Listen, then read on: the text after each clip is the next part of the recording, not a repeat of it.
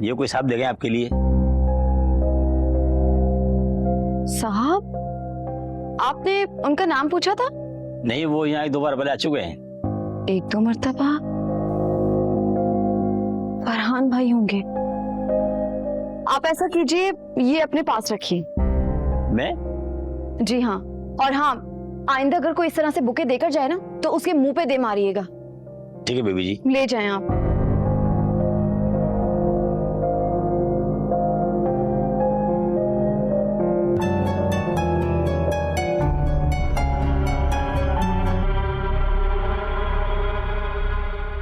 जह नसीब, तुम्हारी कॉल का वेट था मुझे। ये क्या तरीका है बात करने का? और आपने बुके किस खुशी में भिजवाया है? वो तो तुमने सुना ही होगा ना, साली आधी घर वाली। शर्म आनी चाहिए आपको इस तरह की बात करते हुए। जो थोड़ी बहुत इज्जत थी ना मेरी नजर में आपके लिए, आज वो भी खत्म हो गई। इज्जत तो उसी दिन चले गई थी जब तुम लोगों ने मेरे खिलाफ एफआईआर कटवाई थी। बहनोई का जरा सा भी ख्याल नहीं किया, अकेला छोड़ दिया मुझे। वैसे सच बताऊं तो मुझे तुम में से अंबर की खुशबू आती है, और मुझे तुमसे खबासत की बदबू आती है। अंबर भी इतना जल्दी ही जवाब देती थी। वो तो तुम्हारी माँ की शैतानियत का शिकार हो गई। लेकिन याद रखना, जुल्म का वक्त होता है, लेकिन अजाब का कोई वक्त नहीं होता। जब वो आता है ना तो बेहिसाब आता है।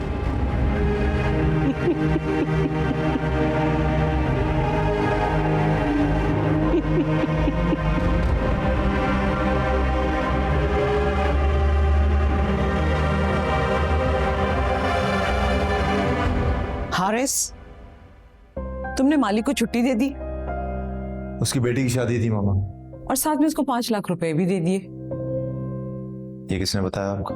बेटा, अगर तुम नहीं बताओगे तो इसका मतलब है कि मुझे कोई और नहीं बताएगा। तो अब आप जासूसी कर रही हैं मेरी। जितना काम वालों को हम मुंह लगाएंगे वो हमारे गले आ जाएंगे। मामा, अगर कुछ पैसे देकर उसकी बेटी की शादी अच्छे तरीके से हो जाती है तो उसमें क्या प्रॉब्लम है आपको?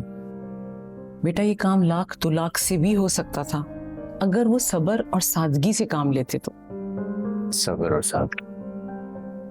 यहाँ तो वो लोग भी हैं जो पैसे के पीछे अच्छे भले लोगों की जिंदगियां बर्बाद करके दूसरी शादी तक कर लेते हैं।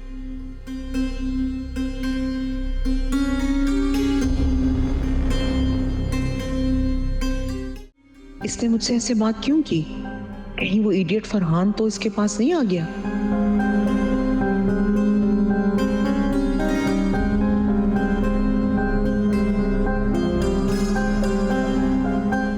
बेगम साहिबा, जूस। मैंने कब मांगा जूस तुमसे? बेगम साहिबा, आपने तो कहा कि जूस लेकर आओ। मुझे नहीं पीना जूस। जाओ, लेके जाओ यहाँ से।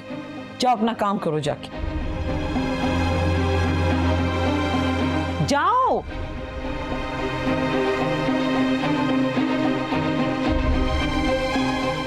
दिलावर से बात करती हूँ, उसने काम किया या नहीं।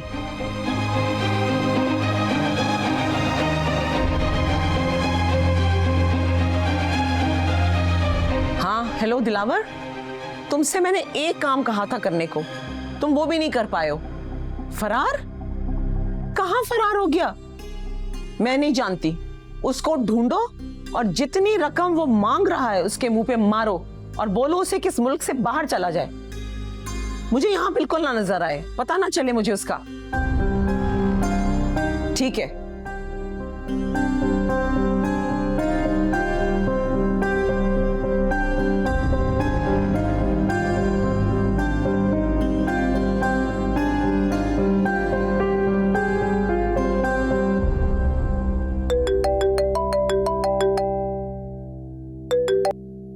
अस्सलाम वालेकुम।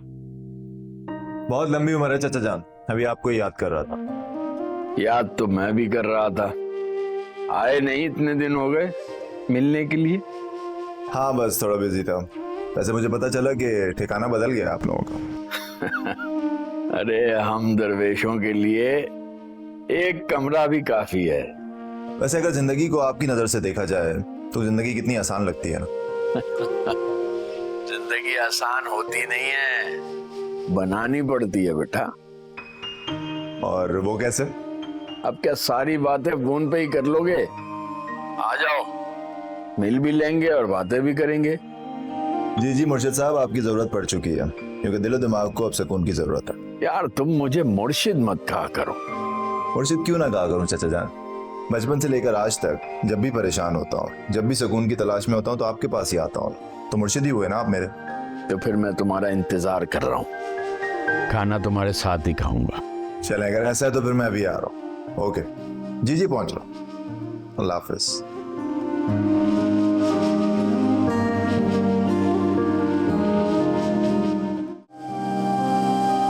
अस्सलाम वालेकुम। वालेकुम अस्सलाम। साजिद चाचा से मिलने आया। शक्ल तुम्हारी बदल गई है, मगर तुम ये फूल दोबारा क्यों ले आए? क्या मतलब? मतलब ये कि बीबी जी ने कहा है कि अगर कोई फूल दोबारा लेकर आए तो मार दें उसे मुंह पे।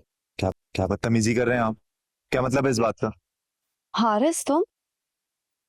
हाँ ये बीबी जी, आपने तो कहा था कि दोबारा कोई फूल लेकर आए तो मारना उसे मुंह पे। रियाज भाई, मैंने इनके लिए थोड़ी मना किया था आपको। शक्ल तो इनकी बदली हुई है। आप रियाज भाई आप जाइए, चाय वाय पीजिए, अपना दिमाग फ्रेश कीजिए।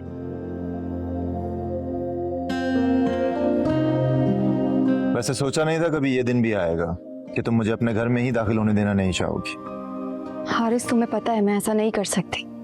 कर तो खैर तुम बहुत कुछ सकती हो। तुम तंज कर रहे हो? नहीं कर सकता तंज तुम पर, जानती हो। प्लीज गलत बातें मत करो ना। गलत बात सिर्फ मैं ही करता हूँ। अच्छा ठीक है बाबा, नाराज मत हो। नहीं हो रहा नाराज। चलो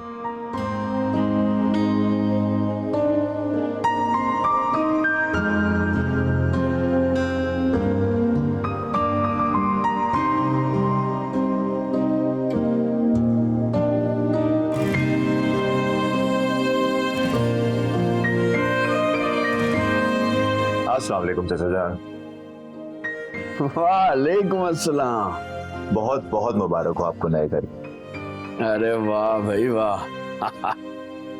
कहने को इस नए चौकीदार के बड़े मसले मसाइल हैं। पिछला घर ही अच्छा था, बेल बजाओ अंदर आ जाओ, बट अब तो अब भी ऐसे ही आ सकते हो। रियाज भला आदमी है, बस थोड़ा सा भोला भाला है। फिक्र मत करो, आइंदा वो तुम्हारा चेहरा याद रखेगा। पर मुझे समझ नहीं आई कि ये बुके वाला चक्कर है क्या? अब कुछ नहीं, वो ऐसे ही कह दिया था उन्होंने।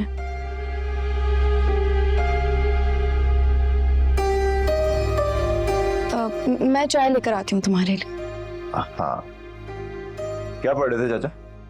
अरे भाई ये बारे वफा है और बहुत ही जबरदस्त किताब है। नाइस। मैं इस कहानी में खो सा गया हूँ।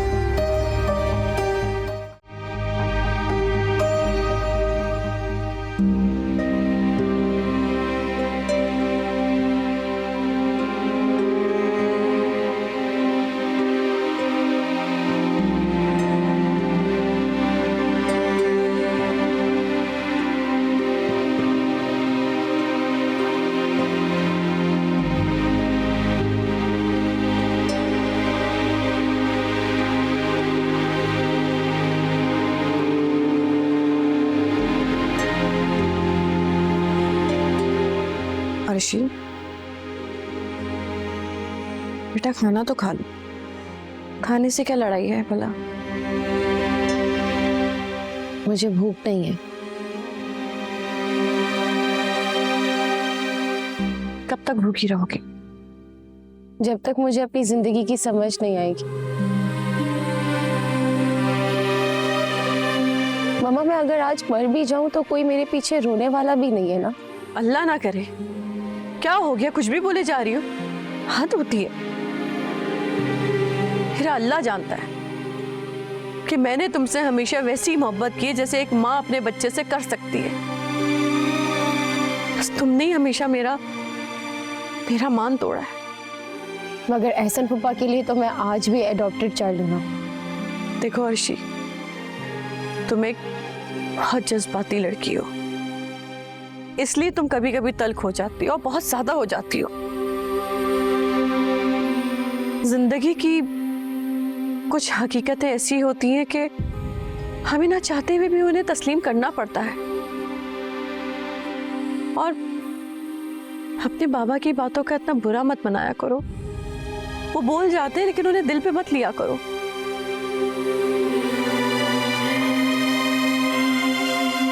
और जो रिश्ते तुम्हारे पास है ना, उन पर शुक्र अदा करो। मैं शुक्र अदा करूं? किस बात का शुक्र अदा करूं? कि मेरे माँ बाप ने अपना बोझ उतारने के लिए आपको सौंप दिया और आपने अपना बोझ हल्का करने के लिए मुझे हारिस को थोप दिया, जिसने आज तक मुझे अपनी बीवी भी तस्लीम नहीं किया। किन रिश्तों का शुक्र अदा करूं जो मेरे कभी थे ही नहीं? अर्शी, बेटा बात सुनो।